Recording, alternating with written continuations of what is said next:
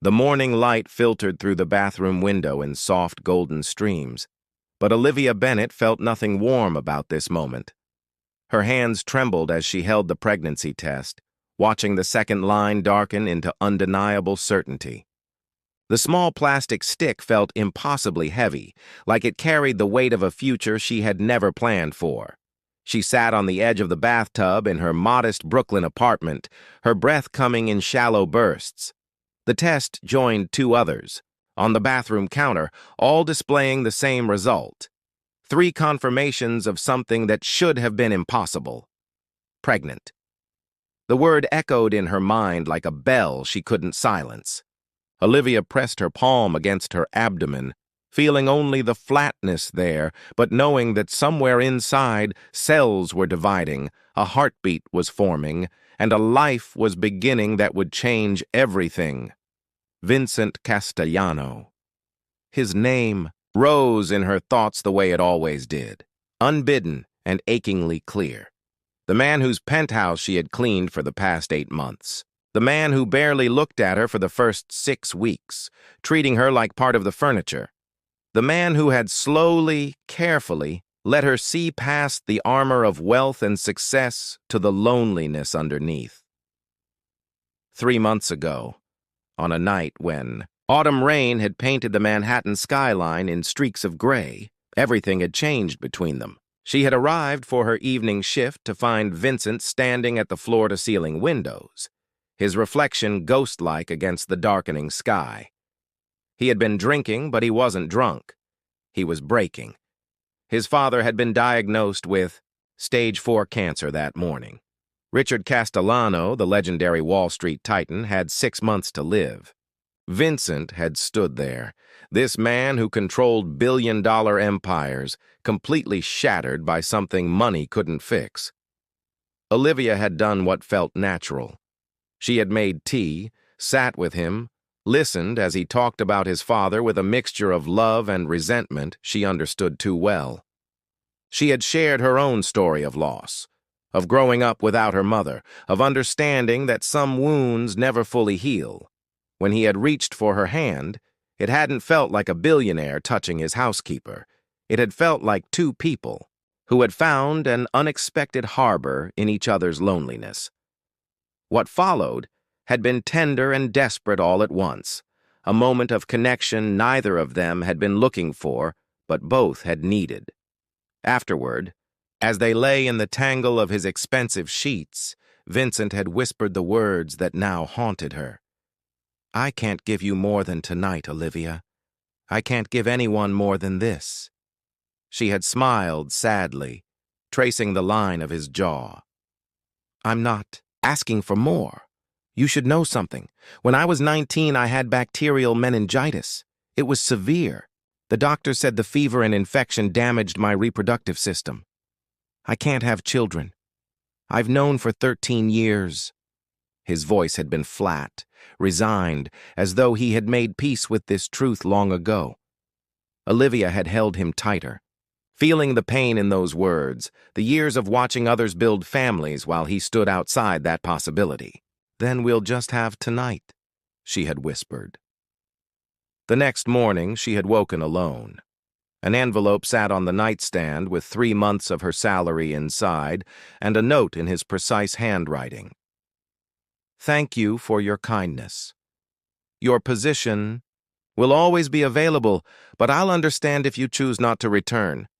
She had returned, not for the money, but because walking away would have felt like abandoning him when he needed someone most. They had fallen into a careful dance of professionalism, neither acknowledging what had passed between them, both pretending the connection had never existed, except now. Biology was calling that night, back from the shadows. Olivia stood and walked to her bedroom, sitting on the edge of her bed. Her phone lay on the nightstand, Vincent's contact information saved under simply VC. Her thumb hovered over his name, but she couldn't press it. How do you tell someone that the impossible has happened? How do you explain that the one thing he believed he could never have is growing inside you? Would he think she was lying? Would he accuse her of trying to trap him? Of scheming to secure a piece of his fortune? The thought made her stomach turn. She had never wanted his money. She had wanted only those few hours of genuine human connection in a city that often felt designed to keep people apart. Jennifer, her best friend and roommate, knocked softly on the bedroom door. "Liv, you've been in there for an hour? Talk to me." Olivia opened the door, and Jennifer's eyes immediately went to the tests clutched in her hand. "Oh my God," Jennifer breathed. "Is that what I think it is?" "I'm pregnant," Olivia said, the words feeling real for the first time as she spoke them aloud. "And the father is Vincent Castellano." Jennifer's eyes widened. "Your boss? The Vincent Castellano? The one from the Forbes cover last month?" "Yes." "And he doesn't know?" "He can't know. He thinks he's sterile, Jen. He's believed it for over a decade." Jennifer pulled her into the room and closed the door. "Start from the beginning. Tell me everything." As Olivia recounted the story, her voice steady despite the chaos in her heart, she realized something fundamental had shifted. This wasn't just about her anymore. This was about the tiny life forming inside her, a child who deserved to know their father and a man who deserved to know the truth, no matter how impossible it seemed. By the time she finished talking, the afternoon sun had moved across the room, painting everything in amber light. "You have to tell him," Jennifer said firmly. "He deserves to know, and so does your baby." "What if he doesn't believe me? What if he thinks I'm lying to get his money?" "Then he's not the man you described. The man who held you while talking about his father, who was vulnerable and real with you, that man will listen." Olivia nodded slowly, knowing Jennifer was right, but terrified nonetheless. She pulled out her phone and typed a message before she could lose her courage. "Mr. Castellano, I need to speak with you about something important. May I come to the penthouse tomorrow evening? This concerns both of us." She pressed send before fear could stop her. The response came within minutes, formal and brief. 7 o'clock. I'll be waiting." Olivia set down her phone and placed both hands over her abdomen, where a miracle was growing despite all the odds. Tomorrow she would walk into that penthouse, not as his housekeeper, but as the bearer of news that would shatter everything Vincent Castellano believed about himself. The impossible had happened. Now came the hard part, making him believe it. The elevator ride to the penthouse felt like ascending into a storm. Olivia watched the floor numbers climb, each digit bringing her closer to a conversation that would change 2 lives forever. She clutched her purse, inside which sat the 3 pregnancy tests and a doctor's confirmation letter from the clinic she'd visited that morning. The doors opened directly into Vincent's foyer, a space of marble and glass that still made her breath catch, despite 8 months of familiarity. He stood by the windows overlooking the city, his silhouette sharp against the twilight sky. He wore dark slacks and a white shirt with the sleeves rolled up, looking every bit the powerful executive, yet somehow more human than the magazines ever captured. "Olivia." He turned, his expression carefully neutral. "You said it was important." She stepped inside, and the elevator doors whispered shut behind her, cutting off her escape route. "Thank you for seeing me. You've never asked to meet outside." "Of your work schedule. I assumed it must be serious." He gestured to the leather sofa. "Would you like to sit?" She shook her head. If she sat, she might lose her nerve. "I need to tell you something, and I need you to hear me out before you respond." Something in her tone made his jaw tighten. "Go on." "I'm pregnant." The words hung in the air between them like smoke. "The baby is yours." Vincent stared at her for 3 heartbeats, his face unreadable. Then he laughed, but it was a hollow sound, empty of humor.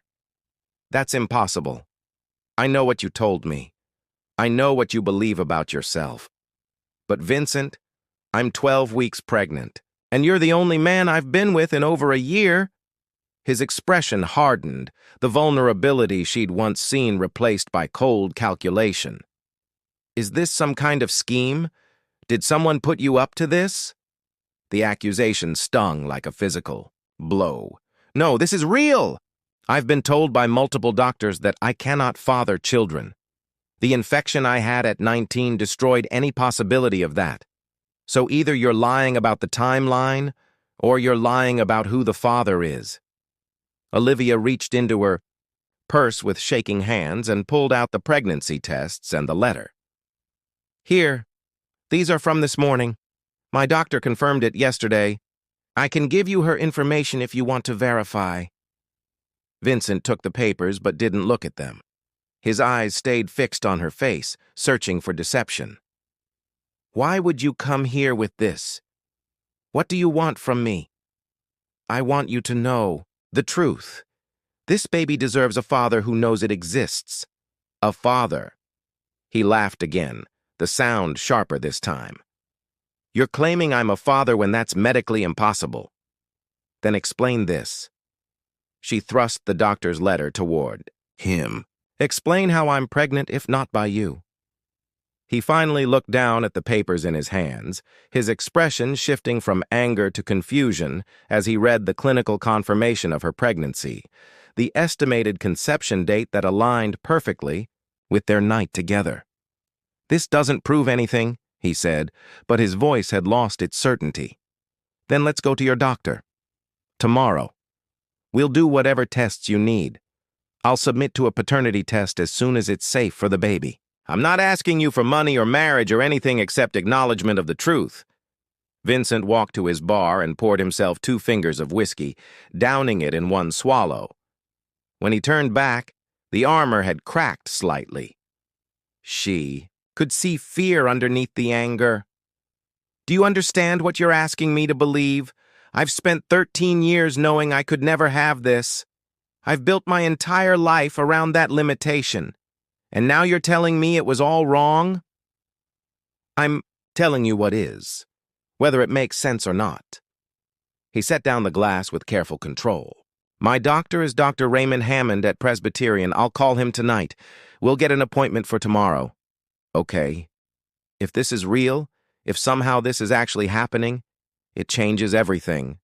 His voice dropped. "And if you're lying to me, if this is some elaborate con, I will destroy you. Do you understand?" Olivia met his gaze steadily despite the fear coursing through her. "I understand, and I'm telling you the truth." The appointment with Dr. Hammond the next day felt like a trial. The doctor, a silver-haired man in his 60s, examined Olivia with professional detachment, while Vincent sat rigid in the chair beside the examination table. The ultrasound technician found the heartbeat immediately, a rapid flutter that filled the room. "There's your baby," the technician said gently, pointing to a small shape on the screen. 12 weeks and 2 days, measuring right on schedule. Vincent stared at the monitor, his face pale. Olivia watched him process what he was seeing, this impossible evidence of life. Dr. Hammond pulled Vincent aside after the examination. Olivia couldn't hear their conversation, but she saw Vincent's body language shift from defensive to confused to something that looked like grief. When they left the office, Vincent was silent until they reached his car in the parking garage. Hammond confirmed the pregnancy is real and the timing matches our encounter. He also said we should run additional fertility tests on me. "What did he say about your diagnosis? That he wasn't my doctor 13 years ago? That he'd like to review my old records?" Vincent gripped the steering wheel without starting the car. He seemed surprised by my conviction that I was sterile. Maybe the original diagnosis was wrong. Or maybe something else is going on. He turned to her, and for the first time since she'd told him, she saw him truly look at her, not through the lens of accusation, but with genuine confusion. "I don't understand how this happened, Olivia, but I can see you believe what you're saying. Because it's true." He started the car. "I need to find my medical records from when I was 19. My mother kept everything in storage after she passed. Away 3 years ago. If there's an explanation, it's there. Over the next week, Vincent dove into his past with the same intensity he applied to corporate acquisitions. Olivia returned to work at the penthouse, but the dynamic had shifted entirely. He asked questions about her health, her symptoms, whether she needed anything. The walls between them were crumbling, but slowly, as though he was afraid of what he might find on the other side. Jennifer visited one evening after Vincent had left for a business dinner. "How are you holding up?" "He's investigating his medical history. I think he's starting to believe me, but he's terrified of what it means." "And what about you? What do you want from all this?" Olivia looked around the penthouse, this space of wealth and loneliness. "I want him to know his child. I want this baby to have a father who chooses to be present, not out of obligation, but because he wants to be. I want Vincent to understand that this impossible thing is actually a gift."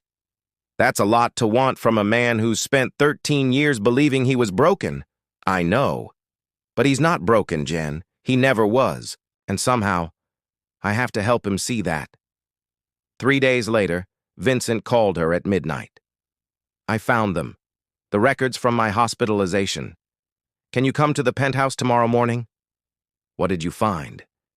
"Something that changes everything." His voice was raw, stripped of its usual control. "Something my mother did that I'm only now beginning to understand." Olivia agreed to come at 8.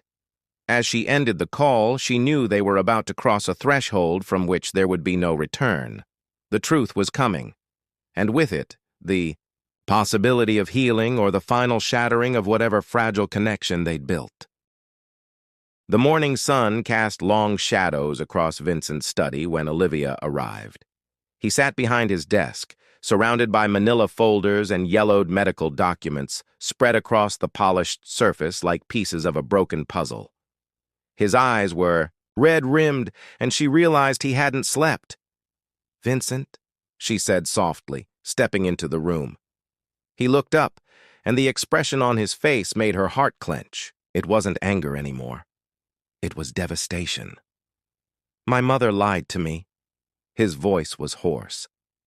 "For 13 years, I believed I was broken because she wanted me to believe it." Olivia moved closer, her hand instinctively going to her growing belly. "What did you find?"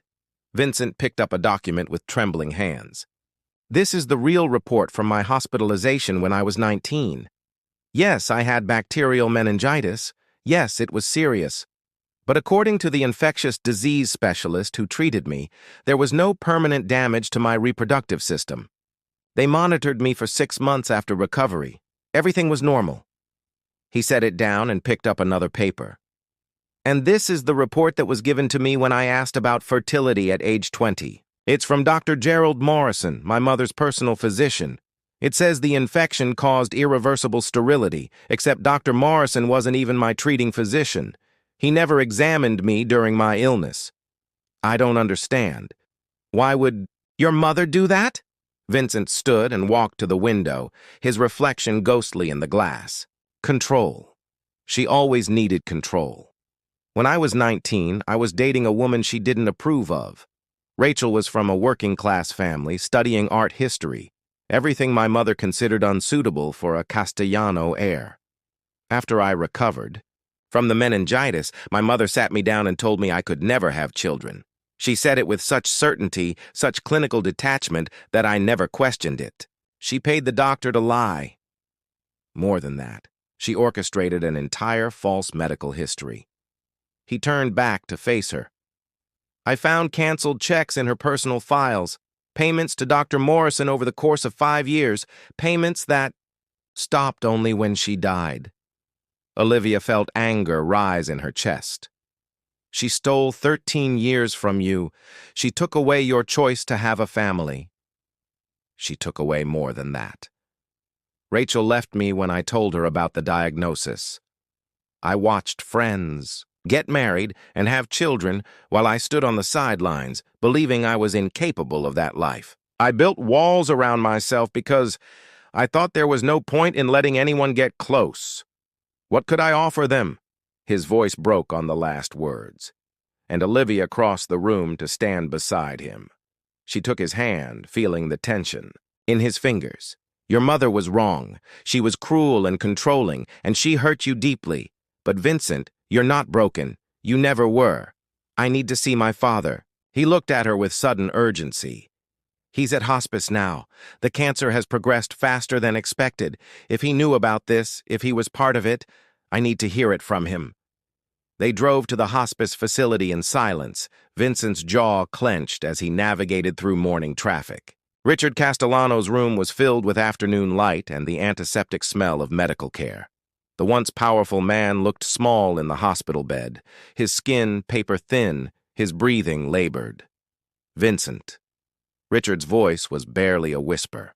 His eyes moved to Olivia. And you brought someone. Dad, I need to ask you something. Vincent pulled a chair close to the bed. Did you know what Mom did about the fertility diagnosis? Richard closed his eyes, and a tear slid down his weathered cheek. I knew. The admission hung in the air like a confession. Why didn't you stop her? Because I was a coward. Richard opened his eyes, meeting his son's gaze. Your mother was a force of nature, Vincent. When she decided something, she made it happen. I told myself she was protecting you, protecting our legacy. But the truth is, I was afraid of her.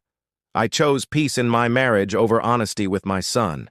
And that's something I'll carry to my grave, which is coming sooner than later. Vincent's hand tightened around the bed rail. You let me believe I was sterile for 13 years. I did. And I'm sorry. It's not enough, those words, but it's all I have left to give you. Richard's gaze moved to Olivia again. Who is this? Her name is Olivia Bennett. She's carrying your grandchild. Richard's expression transformed, wonder replacing the resignation. Your child? But your mother said that was impossible. It was never impossible. It was a lie. And now I'm going to be a father despite everything she did to prevent it. Richard reached out with a shaking hand and Vincent took it. Then something good has come from all this darkness. Vincent, your mother loved you in her way, but she loved control more. Don't let her mistakes define your future. Be the father I should have been. Be brave enough to love without conditions. Over the following weeks, Vincent and Olivia navigated their new reality together. He insisted she move into the penthouse, not as his housekeeper, but as the mother of his child. They transformed a spare bedroom into a nursery, painting walls in soft yellows and greens, building furniture together in comfortable silence. One evening, as they assembled a crib, Vincent set down his screwdriver and looked at her. I need to tell you something. Olivia paused, sensing the weight in his words. That night we spent together, it wasn't just about grief or loneliness for me. I'd been watching you for months, noticing things about you. The way you hummed while you worked, how you always straightened the books on my shelf by color, the kindness in your eyes when you looked at me like you saw a person instead of a bank account. Vincent, you don't have to say this. Yes, I do. Because I need you to know that what's growing between us isn't just about the baby. I'm falling in love with you, Olivia. Maybe I already was that night. And I don't want you here out of obligation. I want you here because you choose to be. Olivia felt tears sting her eyes. I choose to be here. I've been choosing you since the moment you trusted me enough to let your walls down. He pulled her close, his hand resting on her rounded belly where their daughter was growing, strong and healthy, a testament to the truth that love can emerge from the deepest lies. Richard Castellano passed away 3 weeks later, holding a photo of the ultrasound, finally at peace. 6 months later, on a spring morning when cherry blossoms painted the city in pink and white, Olivia gave birth to a daughter they named Grace. Vincent held her in the hospital room, this tiny, perfect human who had proved the impossible was real, and wept openly. I promise you, he whispered to his daughter, I will never lie to you about who you are. I will never try to control your future out of fear. And I will love you and your mother with everything I have. Olivia watched from the bed, exhausted and radiant, as the man who had believed himself broken discovered he was whole. Grace yawned and wrapped her tiny fingers around Vincent's thumb, and in that moment, all the pain of the past dissolved into the joy of this present. The truth had set them free. Love had healed what lies had broken, and together they would write a new story, one not defined by control or fear, but by the fierce, tender courage it takes to trust in impossible blessings.